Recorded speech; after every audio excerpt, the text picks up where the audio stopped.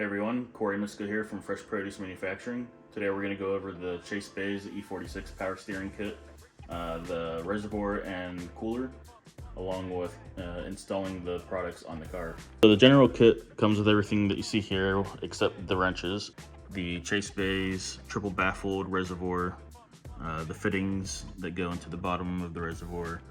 We have this adapter to use the factory mounting bracket for the factory reservoir. Since it's a smaller diameter, you put that around it and then you can clamp it in the factory location. For M50 manifold swap cars, I do offer a bracket that helps relocate that out of the way of the intake. Here we got Chase Bay's nice compact cooler that mounts in front of the power steering rack, the brackets to go with it, and the hardware. And then here we have this really nice adapter fitting for the power steering pump. I'll go over that later in the video on how to install that. The lines are all BMRS, PTFE lines, and crimp fittings. Very durable, very flexible, lightweight. Best lines you can get on the market. Super nice quality. Then we're gonna go ahead and install this kit using Chase Bay's line wrenches. Over here is my current setup. It's just a whatever setup that, just regular AN lines and random cooler I had laying around. It's been getting the job done. Unfortunately, this cooler takes up real estate up front for mounting a oil cooler for the engine. My car's turboed, so keeping the oil temps under control is difficult without a cooler. Yeah, we're gonna go ahead and get all the fluids drained and get the stuff pulled out and go ahead and get everything mocked up and put on the car.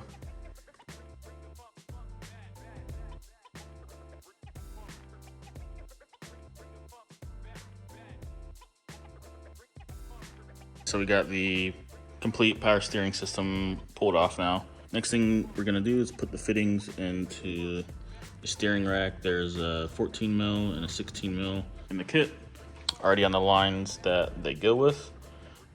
So we're going to take this 16 mil M16 flat, and we're going to take this M14 flat. This one is going to go into the pump, I believe. But let me go ahead and get these fittings pulled off and go ahead and put them in the rack. All right, we got the fittings in. M14 on the top, M16 on the bottom. Gonna go ahead and tighten these up. Now you don't want to get too wild with tightening them because you can damage the fittings, the threads, or the wrenches. These are not meant for a ton of torque on them.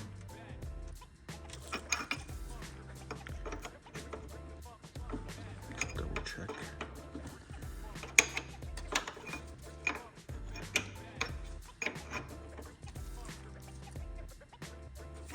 Alright, this feels good.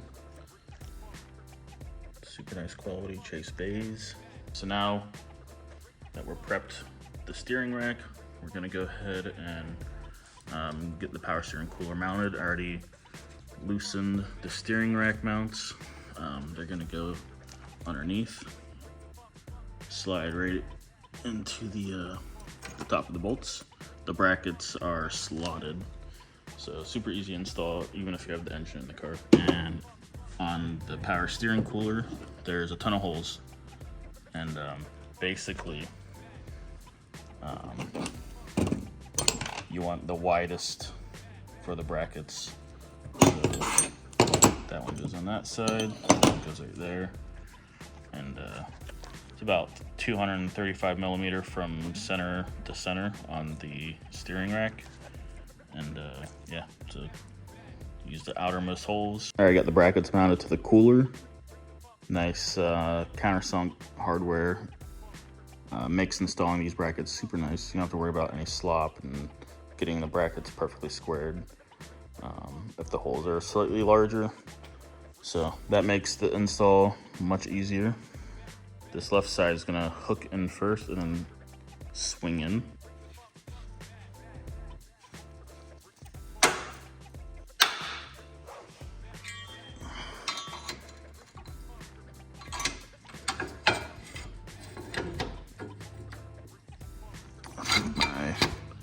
big old sway bars getting in the way.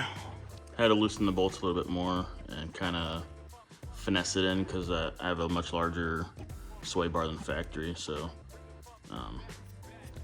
it's in there snug, not tight yet, but super easy. Pretty happy with how that's located. So now I'm gonna go ahead, get everything tightened up and start routing the lines to the cooler.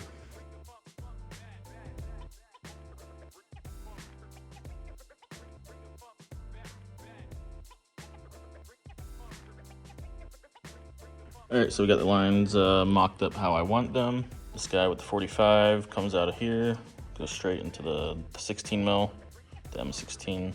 This top one is going to be high pressure from the pump into the rack. And then this is going to be the return to the reservoir. And I'm gonna be putting the reservoir back over here, kind of like how I had it before, because I have a rear mount radiator and I got these massive dash 16 lines kind of routing where the reservoir would mount factory, but this is designed to work that way, and it would kind of like loop up something like here under the intake manifold and boom, go into the reservoir. It'd be right up above the alternator, but we're not gonna do that, so I'm gonna rotate this. I'm gonna have it kind of behind the cooler.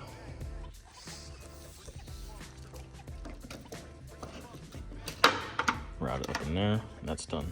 The last thing we can do before we get the engine back in the car is get the adapter fitting on the power steering pump.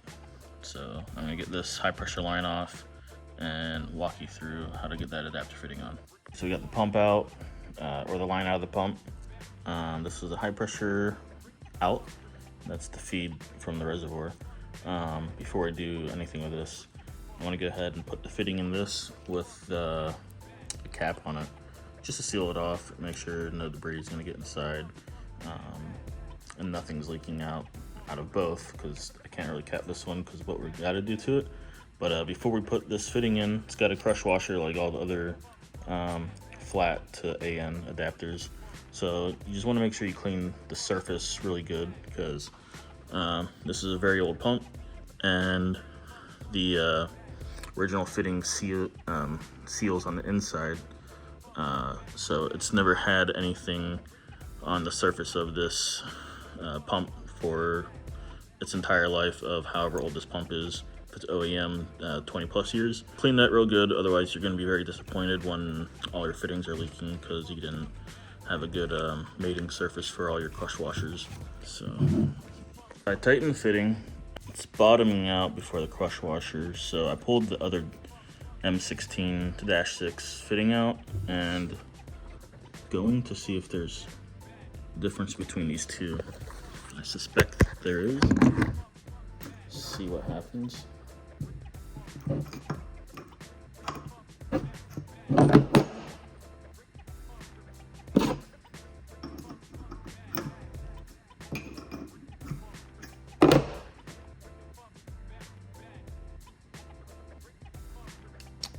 They both appear to be identical, same part number, so there's a burr on this fitting now.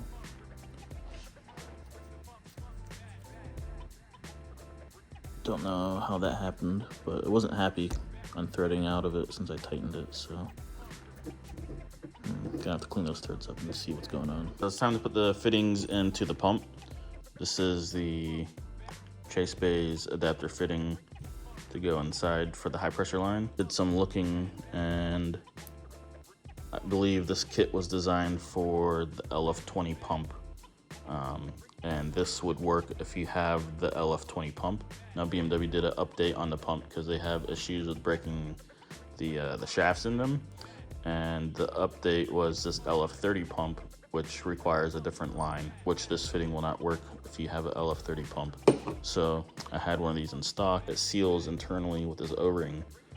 This is the fitting that you need to make this work with if you have the LF30 pump. I'm gonna go ahead and thread that guy in there.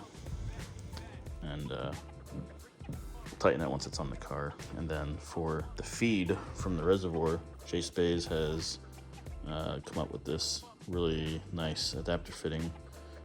It's 2-piece with the O-ring on the inside, and basically we're gonna slide this collar over the barb fitting.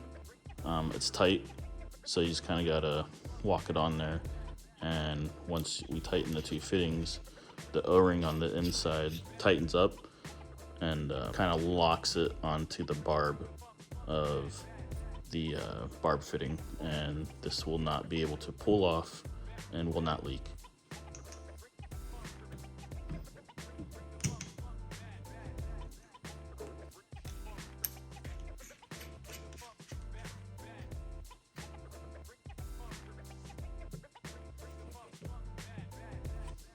Now we got the fittings in the pump. I'm gonna go ahead and get the pump in the car and tighten the fittings accordingly. All right, so I already made this little bracket to mount the reservoir. How I had my previous setup mounted. Gotta go ahead and put the fittings in the bottom. Got the -6 ORB that goes into the bottom right here. And then before we put this one in, we gotta put this -10 adapter fitting. Once again, Chase Base Supplies. And what's nice about this fitting is it's got this this collar, and it allows you to not depend on the threads of where it bottoms out in the can, and then you're stuck with that location. You can pretty much put this wherever you need it, and then you just get your wrench, hold this in place, and tighten that collar till it bottoms out and locks it into the can. So you have infinite location for however you mount your catch can. So that makes this install pretty nice because you're not stuck with one orientation. So we can go ahead, put some lube on both O-rings so that they don't get damaged while tightening them in. And we're gonna go ahead, bolt everything up, get everything nice and tight, and put some fluid in.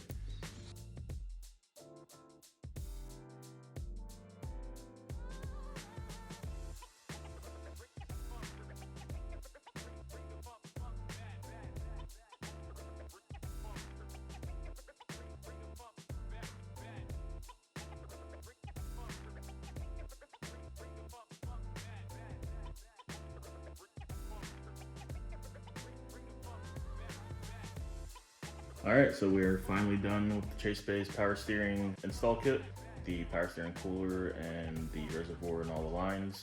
Hope you guys enjoyed the video. If you have any questions, drop a comment below. Let me know if you need any help with anything. I'm glad to help. See you in the next one.